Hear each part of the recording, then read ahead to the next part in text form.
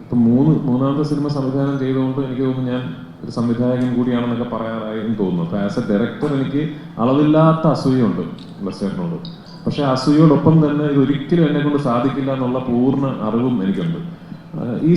ഞാൻ പറഞ്ഞ ഈ സിനിമയുടെ ഷൂട്ടിംഗ് തുടങ്ങിക്കഴിഞ്ഞ് നമ്മൾ നേരിടേണ്ടി വന്ന തടസ്സങ്ങൾ മാറ്റി നിർത്തിക്കൊണ്ട് തന്നെ ഈ സിനിമയെ കുറിച്ച് സംസാരിക്കുകയാണെങ്കിലും ഇങ്ങനൊരു ഒരു വിഷൻ പുൾ ഓഫ് ചെയ്യുക എന്ന് പറയുന്നത് ഒട്ടും എളുപ്പമല്ല.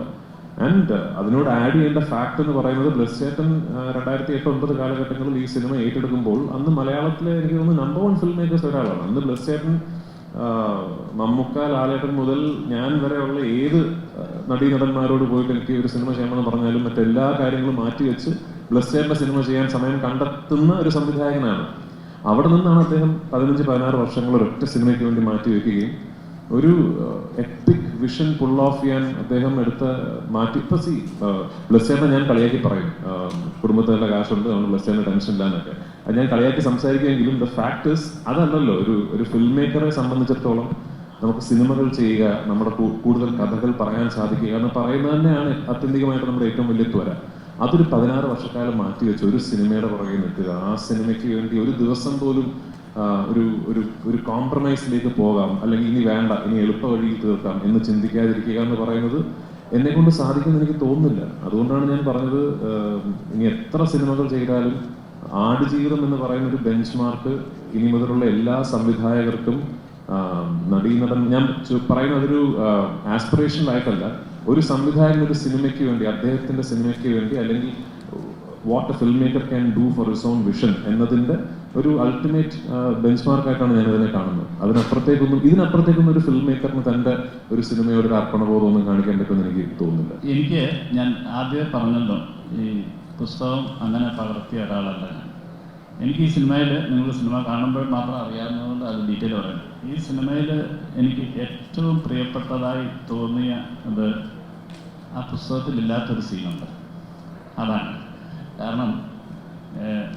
ഞാൻ എന്നും വിചാരിച്ചിട്ടുണ്ട്, ഭൂമിയുടെ മുകളിൽ നിന്ന് നോക്കുമ്പോൾ നമ്മളും മൃഗങ്ങളും ഒക്കെ ഈശ്വരനെ സംബന്ധിച്ചിടത്തോളം ഈക്വലായിട്ട് തോന്നിയിട്ടുണ്ട്. അതെനിക്ക് ഒരുപാട് മുമ്പേ തോന്നി. അപ്പം അത്തരത്തിൽ മൃഗങ്ങൾ നമ്മളോട് എങ്ങനെയാണ് കമ്മ്യൂണിക്കേറ്റ് ചെയ്യുന്നതിൻ്റെ ഒരു വലിയ ഒരു ഉദാഹരണമായിട്ട് ഒരു കുഞ്ഞ് ആട്ടുംകുട്ടി ദേഹവുമായിട്ട് അഭിനയിച്ചിട്ടുണ്ട്.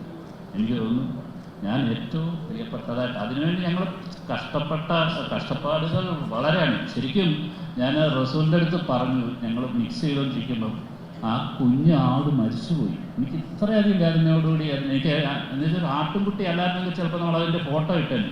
കാരണം യൂണിറ്റ് മുഴുവൻ സ്നേഹിച്ച് അതിന് ബിസ്ക്കറ്റ് കൊടുത്ത് ഞങ്ങൾ ഷൂട്ട് കഴിഞ്ഞപ്പോഴത്തേക്കാണ് വയറിളക്കം പിടിച്ച് നെക്സ്റ്റ് ഡേ അതിനെ കണ്ടില്ല, മരിച്ചുപോയി എന്ന് പറഞ്ഞു.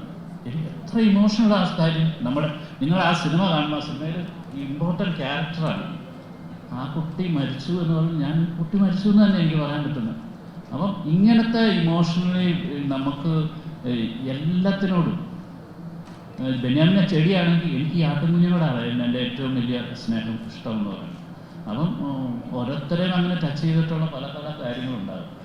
അതുകൊണ്ട് തന്നെ ഞാൻ പറഞ്ഞ്, ഞാൻ എഴുതിയതിലും, കാരണം ഞാനത് റസൂലുമായിട്ടും അത് സംസാരിച്ചിട്ടുണ്ട് അല്ലേ, കൺസോളിയേറ്റ് എനിക്കങ്ങനെ എഴുതാൻ കഴിഞ്ഞല്ലോ, ഒരു ആടിൻ്റെ മനസ്സിലേക്ക് ചിന്തിക്കാൻ കഴിഞ്ഞല്ലോ, അല്ലെങ്കിൽ ഒരു മൃഗങ്ങളോടൊപ്പം സഞ്ചരിക്കാൻ കഴിഞ്ഞു എന്ന് പറയുന്നതാണ് എനിക്ക് ഒരു ക്രിയേറ്റർ എന്നുള്ള രീതിയായിട്ട്. അതുകൊണ്ട് തന്നെ ഞാൻ പറഞ്ഞ്, ഞാൻ ഇത്രയും കാലം ചെയ്ത സിനിമകൾ, അപ്പം എൻ്റെ ചില സ്വാതന്ത്ര്യങ്ങളിലേക്കൂടെ സിനിമയെ എനിക്ക് വിട്ടുതരണം എന്നുള്ളൊരു അഭ്യർത്ഥനയോടെയാണുള്ളത്.